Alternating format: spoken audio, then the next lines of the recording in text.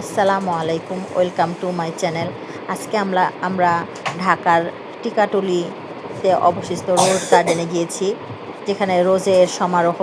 এখানে অনেক মূর্তি আছে, এই যে একটা মূর্তি, আর রোজ প্লান্ট দিয়ে ভরা, মানে বাড়িটার নাম রোজ গার্ডেন দেওয়া সার্থক হয়েছে বর্তমানে। কিন্তু এর আগেও আমি গিয়েছিলাম ওখানে, কিন্তু বাড়ির নাম ঠিকই রোজ গার্ডেন ছিল, কিন্তু বাড়িতে কোনো গোলাপ গাছের কোনো চিহ্ন ছিল না। তো এখন এটা সরকার নেওয়ার পরে জনসাধারণকে দেখার ব্যবস্থা করেছে।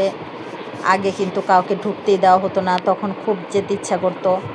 তো একবার দারোয়ানকে ম্যানেজ করে গিয়েছিলাম, কিন্তু আধা ঘন্টাও টিকতে পারি নাই।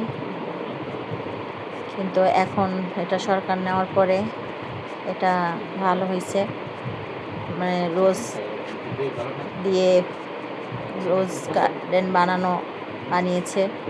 সব গোলাপ গাছের বাগান, এখানে চারপাশে গোলাপ গাছ, শুধুই গোলাপ গাছ।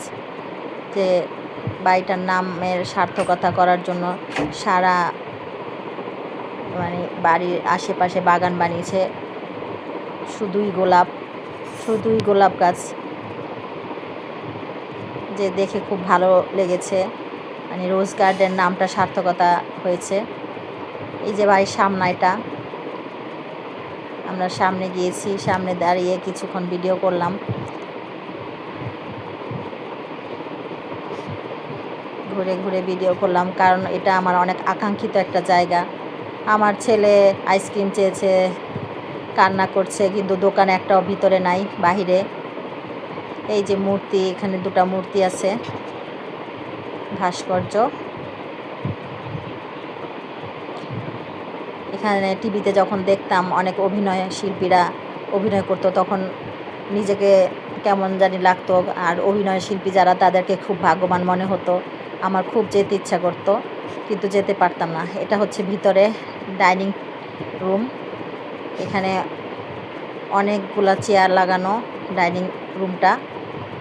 এই যে প্রতিটা জায়গায় ডিজাইন করা ঝাড়বাতি রুমগুলা।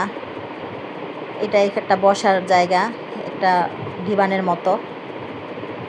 এটা বসার রুম বলে, এখানে বসার রুম, বেসিক্যালি এটা বসার রুম। আর এখানে পাশে ভাঙা মূর্তিগুলো এখানে কোনায় রেখে দিয়েছে। একটারও মাথা নাই, কারোটার পা নাই, হাত নাই, এই অবস্থা।